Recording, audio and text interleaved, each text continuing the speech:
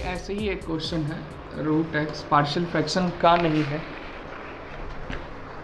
ये हम लोग अभी करेंगे integration of irrational functions. In irrational होने का मतलब है कोई भी फंक्शन रूट के अंदर आ रहा है या पावर 1/3 आ रहा है ना। तो पहले कुछ क्वेश्चंस कर रहे हैं बेसिक अलजेब्रा लगा करके। Root x by root over x cube plus a cube, इसको इंटीग्रेट करना है। ये ए तो कांस्टेंट है ना, ए तो कांस्टेंट है, उसको हम किसी भी फॉर्म में चाहे तो लिख सकते हैं। मेरा टारगेट ये एक्स क्यू और रूट एक्स को देखने का है। कैसे हटा? मतलब तुम ये कह रहे हो इंटीग्रल ऑफ रूट एक्स को टी मान ले, यही ना? तुम यही माने क्या हो? किसको हो? किसको माने हो? ये रूट एक्स को माने हो, यहीं पे मान लेते हैं, ठीक है। रूट एक्स को टी मानेंगे, ठीक है। तो इसका डिफ्रेंशिएशन होगा 1/2 root x d x is equal to d t, यही ना। 2 रूट एक्स उधर जाएगा तो d x is equal to 2t d T बन जाएगा। तो फिर तो वही आ गया 2t डी टी बाई, ठीक है। अब देखो तुम कहाँ ये कर रहे हो, यहाँ पर एक्स क्यू के जगह क्या आएगा? रूट एक्स को अगर टी मानोगे तो टी का पावर 6 आएगा। रूट नहीं, टी का power half, x equal to t का पावर हाफ आएगा ना। तो यहाँ टी का पावर 3/2 आएगा ना। एक्स इक्वल, अच्छा ठीक है, 6 आएगा, 6 आएगा प्लस ए क्यू आएगा, ठीक। अब टी क्यू को तुम मानोगे तो टी स्क्वायर आएगा डी टी। हाँ अच्छा ठीक, देखते हैं। अगर इसको रैशनलाइज करते हैं तो यहाँ x आता है, यहाँ रूट एक्स आता है, ठीक है। और यहाँ पे आ जाता है root over X Q plus ए क्यू डी एक्स, ठीक है। रूट एक्स को t माने, 2 root X T D T बन गया, ऊपर क्या आ गया टी स्क्वायर, ठीक है। और 1/रूट एक्स को 2 डी टी बन गया, यही हुआ ना। 1/रूट एक्स इज इक्वल टू 2 इधर चला गया, 2 डी टी बनेगा।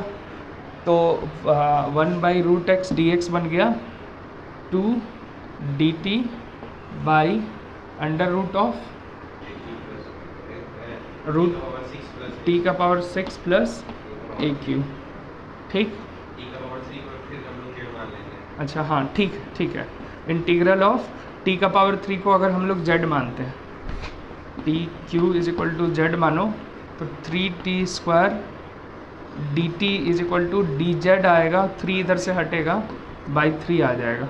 तो इंटीग्रल ऑफ 2 बाहर आएगा, टी स्क्वायर डी टी बनेगा, डी जेड बाई 3 को बाहर कर लेते हैं, by under root Z square plus A का पावर 3/2 का स्क्वायर कर दो इसको, ए क्यू को, Z square plus A square, tan inverse x by A, हाँ ठीक है। फिर जेड का वैल्यू टी के टर्म्स में पुट करो, टी का वैल्यू एक्स के टर्म्स में पुट करो, ठीक है। तो देखो इर्रेशनल फंक्शन में देखो क्या हुआ, बेसिक अलजेब्रा लगा है ना। बेसिक अलजेब्रा लगा करके आप इसको रिजॉल्व करवा रहे हैं, यही काम आपको करना है। बेसिकली क्या है ना कि कुछ मानना है, वहाँ पर सब्सटीट्यूशन बहुत ज़्यादा इंपॉर्टेंट हो जाता है। जब भी इरेशनल हो, या तो आप रूट के अंदर ऐसा आप कुछ ले आएँ, नहीं तो आप कुछ सब्सटीट्यूट कर लें, ठीक है। इर्रेशनल फंक्शन में ऐसा कुछ होता है। लेकिन ऐसा ही मान लो एक रैशनल फंक्शन है, एक क्वेश्चन ऐसा है, integral of D X by X का power 4 plus 5x square plus 1, इसको कैसे इंटीग्रेट करेंगे? इसमें क्या सोचे? एक्स स्क्वायर से अगर डिवाइड करेंगे ऊपर 1/x स्क्वायर आएगा, ठीक। तो ऊपर आएगा 1/x स्क्वायर डी एक्स और नीचे आएगा x square plus 5 plus 1/x square को इसके साथ कर लेते हैं प्लस 5, ठीक है। देखो नीचे क्या आ गया ना, ऊपर 1/x स्क्वायर डी एक्स है, तो नीचे में x प्लस 1/x का होल स्क्वायर कर सकते हैं और प्लस 3 हो जाएगा, 1 आएगा ना, अलग होगा, 3 कैसे होगा, 4 आएगा ना। अच्छा 2 को अलग करेंगे, ठीक है, 3 आ जाएगा, ठीक है। ये लिख सकते हैं नीचे में, ए प्लस बी का होल स्क्वायर के अगर ब्रेक करो तो 2 अलग आएगा तो 3 बचेगा और ये प्लस बी का होल स्क्वायर बन जाएगा, है ना। अब नहीं 1/x को t मानेंगे तो फिर यहाँ 1/t आ जाए, फिर उसी फॉर्म को अभी पकड़ रहा है ना। इस पूरे को अगर t मानते तो क्या होता, 1 माइनस 1/x आता। देखो यहाँ प्लस 1/x² है, 1 माइनस 1/x² आता है उसका डिफ्रेंशिएशन, राइट। तो क्या करना होगा, एक काम करते हैं, माइनस माइनस कर देते हैं यहाँ, तो माइनस ऑफ इंटीग्रल, और 1 भी चाहिए ना, dx को अभी बाहर कर लो, प्लस 1 माइनस 1 कर लेते हैं, अलग कर लेते हैं, है ना। रुको, पहले क्या करते हैं, माइनस 1/x² प्लस 2/x² कर देते हैं, ठीक है, क्योंकि फिर ये ब्रेक होगा ना तो अगला वाला टर्म आ जाएगा, पता चल जाएगा क्यों कर रहे हैं। और प्लस 1 माइनस 1 करते हैं, ठीक है। ये क्या हो जाएगा, 1 माइनस 1/x² को एक जगह कर लेते हैं, 1 माइनस 1/x² को एक जगह कर लिए, और बाई डेनोमिनेटर का टर्म आ जाएगा, ठीक है। और बचेगा क्या, स्प्लिट कर रहे हैं, ठीक है, प्लस 2/x², 1 प्लस 2/x², यही बचेगा ना, -1, 2/x² -1 बचेगा ना, 2 को फिर दिक्कत कर रहा है यहाँ पे,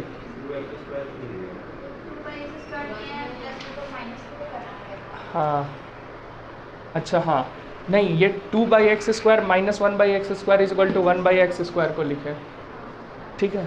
लेकिन ये ना दूसरा वाला टर्म हमारा स्प्लिट होकर के आ रहा था, तो मान लो अगर हम ये नहीं करते, माइनस 1/x² करते, प्लस 1 माइनस 1, तो यहाँ क्या आता, -1 आता, बाई x प्लस 1/x का होल स्क्वायर प्लस 3 आ जाता, dx आता। ये रिजॉल्व नहीं होता ना, हमको इसको भी रिजॉल्व करवाना है, इसीलिए। हाँ नहीं, 10 में कैसा, x प्लस 1/x है, ये कोई कांस्टेंट होता, इसको कुछ मानते तो यहाँ पर 1 माइनस 1/x² आता है, इसका डिफ्रेंशिएशन ये नहीं बन रहा है वैसे ना, हाँ इसीलिए कह रहे हैं कि हाँ इसको एक काम करते हैं, यहाँ से ऐसे नहीं तोड़ करके थोड़ा सा और सिमेट्रिक लगाते हैं।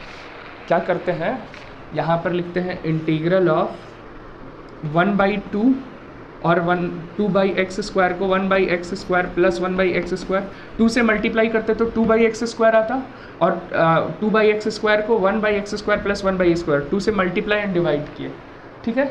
यहाँ पर 2/x², यहाँ 1/2, 2 कट जाएगा, यानी वही आ जाएगा, इसको हमने ये लिखा है, ठीक। और नीचे आ गया x प्लस 1/x का होल स्क्वायर प्लस 3, यही आएगा। अब क्या करो, प्लस 1 माइनस 1 करो, ठीक है, तो क्या आएगा, 1 माइनस आना चाहिए ना, ठीक है, 1/2, इन दोनों से माइनस कॉमन निकालो, यहाँ 1 प्लस 1/x² आ जाएगा। अच्छा, इसको 1 माइनस के टर्म्स में लिखा जा सकता है, क्योंकि इसमें तो ये फंस जा रहा है ना, माइनस के टर्म्स में लिख दो, माइनस के टर्म्स में लिखो तो क्या आएगा, x माइनस 1/x का होल स्क्वायर -2 प्लस 2 प्लस 7 आ जाएगा ना। तो इसका फ़ायदा ये होगा कि इसका पॉजिटिव आएगा, प्लस लो या माइनस लो, आपको दोनों को अलग अलग करना पड़ेगा, क्यों देख लो, 1 प्लस 1/x² को आपने एक साथ कर लिया, और 1/x² माइनस 1 को एक साथ कर लेते हैं, बाई x माइनस 1/x का होल स्क्वायर प्लस 7, और प्लस माइनस कॉमन निकाल लो तो 1 माइनस 1/x² आ जाएगा यहाँ पर, ठीक है, dx बाई, यहाँ पे जो नीचे वाला है ना इसको प्लस में कर लेते हैं, x का होल स्क्वायर प्लस 3 dx, ये आएगा,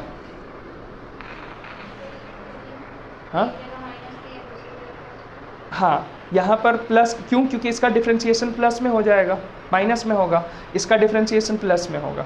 तो यहाँ पर जो हम ब्रेक किए हैं x माइनस 1/x का होल स्क्वायर प्लस 7, उसी चीज़ को हम यहाँ लिखें x प्लस 1/x का होल स्क्वायर प्लस 3, क्यों? क्योंकि जब इसका स्क्वायर आप करते हैं तो x square plus 1/x square plus 2 आता है, और इसमें x square plus 1/x square minus 2 आता है। तो 7 - 2 अगेन 5 बनेगा, जिसको आप ब्रेक कर रहे हो, और यहाँ पर 2 + 3 फिर से एक्सक्यूज़ मी फिर से 5 बनेगा। ठीक है, सॉरी, ठीक है, समझ आया ना? इसका फ़ायदा क्या हुआ? 1/2 इंटीग्रल। अब देखो इंटीग्रेशन आसान हो गया, इंटीग्रेशन आसान हो गया। क्यों? क्योंकि आप इसको t मानेंगे तो ऊपर बनेगा dt, है ना? तो ऊपर बनेगा integral of dt by T square plus 7 √7 का स्क्वायर। ठीक है, और इधर क्या बनेगा? माइनस इंटीग्रल ऑफ फिर से dt बनेगा, dz मान लो, z मान लो इसको। ठीक है, तो z स्क्वायर प्लस √3 का स्क्वायर dz। ठीक है, यही बनेगा, tan इनवर्स के टर्म्स में आ गया।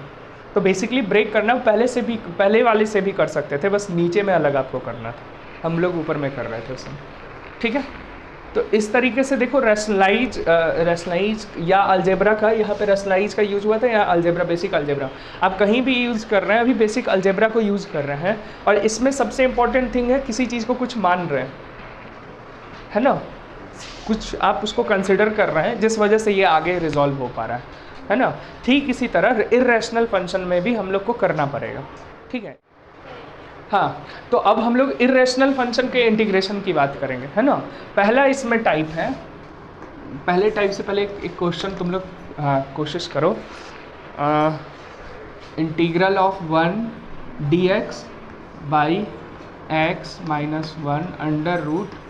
√x + 2, इसको इंटीग्रेट करो।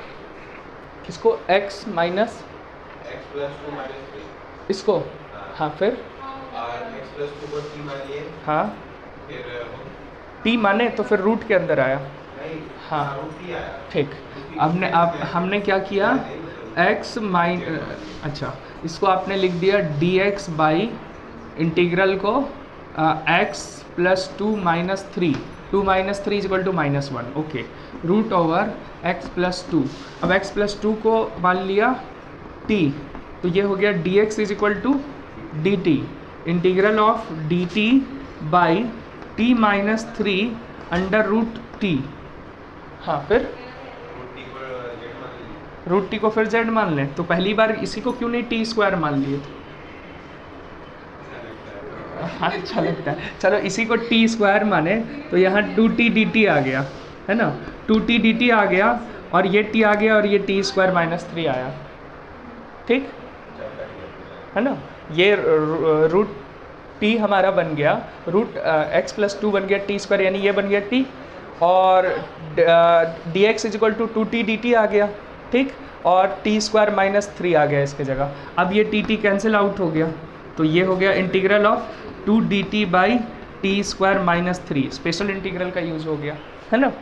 ये आप लोग देख सकते हैं, यही है इरेशनल फंक्शन का इंटीग्रेशन, है ना? आपने बेसिकली क्या किया है, रूट के अंदर जो लीनियर टर्म है ना, उसको क्या माना है आपने? टी स्क्वायर, उसको टी स्क्वायर माना ना आपने, तो रिजॉल्व हो गया, रूट हट गया, कहानी बन गया, है ना? तो अब इस, हाँ, चारे लाइन में हो गया, है ना? अब इसको ना एक काम करते हैं, यहाँ पर कोई x का फंक्शन भी रहेगा ना, तब आप उसको x में कन्वर्ट करके लिख देंगे, फिर आपको सिंपल फॉर्म में आ जाएगा, अलजेब्रा में आ जाएगा, है ना? तो एक फॉर्म बनाते हैं यहीं से। अब ये तो मेरा नहीं, तुम्ही ने बनाया है, तो तुम्हारे ही फॉर्म को हमने एक फॉर्मुलाइज कर दिया। क्या फॉर्मुलाइज कर दिया? ये देखो, इंटीग्रल, फर्स्ट नंबर देते हैं, इंटीग्रल ऑफ फॉर्म, ऐसा फॉर्मूला है, इंटीग्रेशन ऑफ f(x), कोई फंक्शन ऊपर रहता है, by px √qx dx, where px and qx are linear function।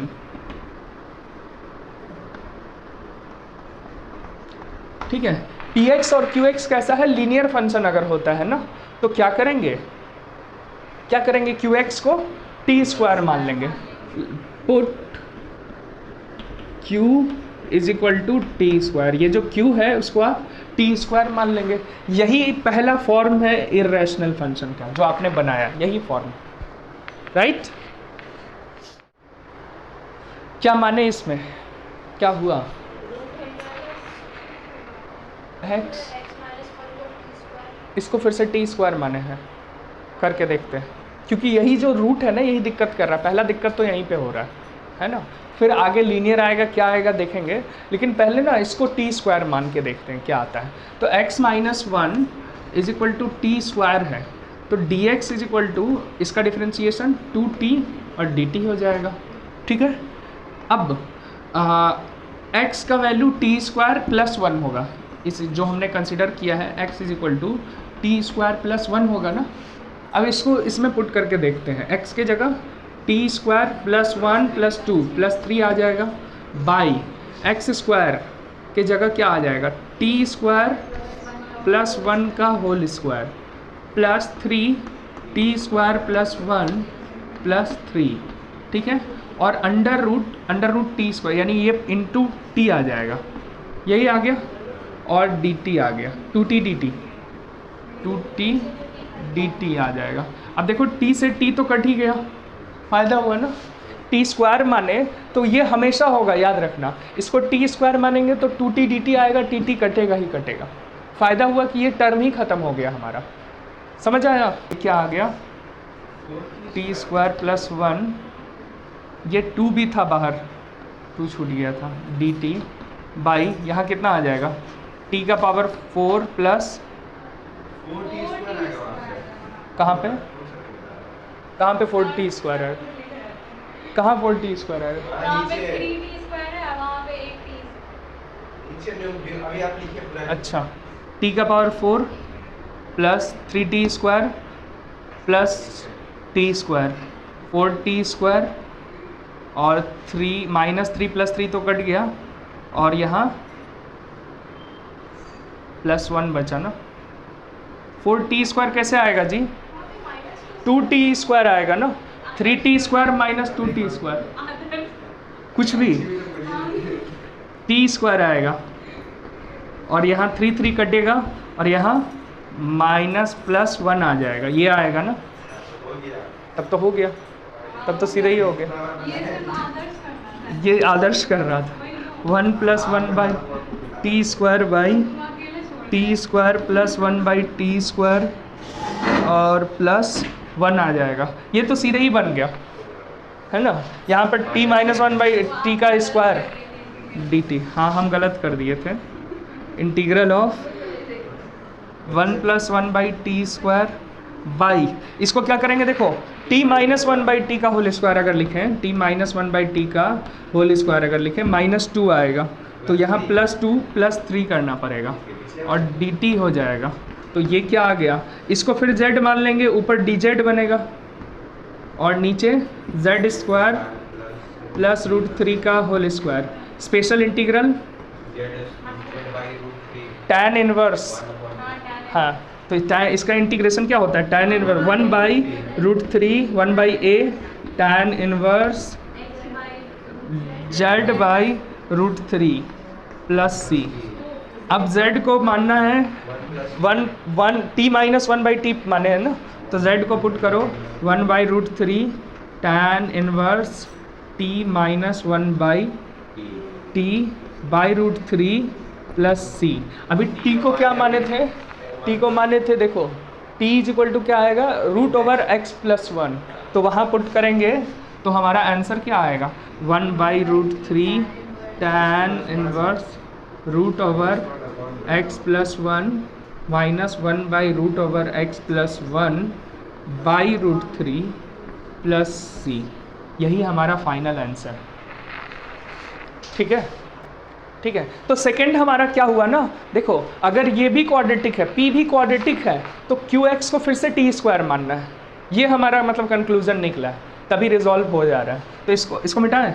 देखो सेकंड क्या है हमारा conclusion, if px is quadratic है ना, quadratic and qx is linear, तो कंसिडर क्या करना है, put q x is equal to t square, again इससे रिजॉल्व हो जाएगा, ठीक है। ये समझ आया ना, यही काम किए थे ना, इसको हम लोग टी स्क्वायर बेसिकली माने थे, तभी रिजॉल्व हुआ, नहीं मानते तो कुछ ना कुछ पावर होता, वो फंस जाता बेसिकली, ठीक है। अब हम थर्ड वाला सीधे ही लिख रहे हैं, थर्ड वाला अब दोनों का क्वाड्रेटिक हो गया, ये क्वाड्रेटिक हो गया ना, इसको क्वाड्रेटिक और इसको लीनियर बनाते हैं। थर्ड केस अगर बनाते हैं, अगर if P x is linear and q x is quadratic, ठीक है। पी एक्स अगर लीनियर हो और क्यू एक्स क्वाड्रेटिक हो, ये दोनों एक्सचेंज हो जाए, है ना, तब क्या करेंगे, पी एक्स को टी मानेंगे, फिर यहाँ पे क्वाड्रेटिक आ जाएगा ना, पी एक्स को 1/t मान लो, वो ज़्यादा आसान होता है, 1/t याद रखना, क्या, हाँ, तो यहाँ क्वाड्रेटिक आ गया, और यहाँ अगर मान लो लीनियर है ना, पी एक्स इज लीनियर, है ना, तो याद रखना पुट, अब सीधे लिख देना, क्वेश्चन की जरूरत नहीं है ना, put p x is equal to 1/t, ये पुट करना, दो में 1/t होता है, दो में टी स्क्वायर होता है। Number 4, if both p x and q x are quadratic, दोनों अगर क्वाड्रेटिक होता है तो क्या मानना है, x को 1/t मानना है, तभी काम आसान हो जाएगा, ठीक है। चलो इसका बनाओ, हाँ, मतलब ये कि देखो किसको मानना है, x को 1/t मानना है ना, यहाँ पर x को 1/t मानने का मतलब है x is equal to 1/t, dx is equal to -1/t square dt आ रहा है ना, ठीक। और इसको हम लोग क्या लिख सकते हैं, इंटीग्रल ऑफ -dt/t स्क्वायर, ठीक, -1/t स्क्वायर dt, और dx के जगह हो गया 1 + 1/t square into √1 - 1/t square, ठीक है, ये लिख सकते हैं, ठीक, प्लस माइनस करो 1/t स्क्वायर, ठीक है। ऊपर में अब कैसे करना होगा, ऊपर में अगर हम पुट करें t + 1/t, t - 1/t, ऊपर में अगर हम इसको ऐसे लिखें -t स्क्वायर के टर्म्स में आएगा, t स्क्वायर 1/t स्क्वायर को ऊपर ही रख देते हैं, -1 + 1 अगर लिखते हैं तो एक रिजॉल्व होगा इससे, 1 + t स्क्वायर 1/t स्क्वायर और √1 - 1/t स्क्वायर, देखो करके इसके आगे क्या आएगा,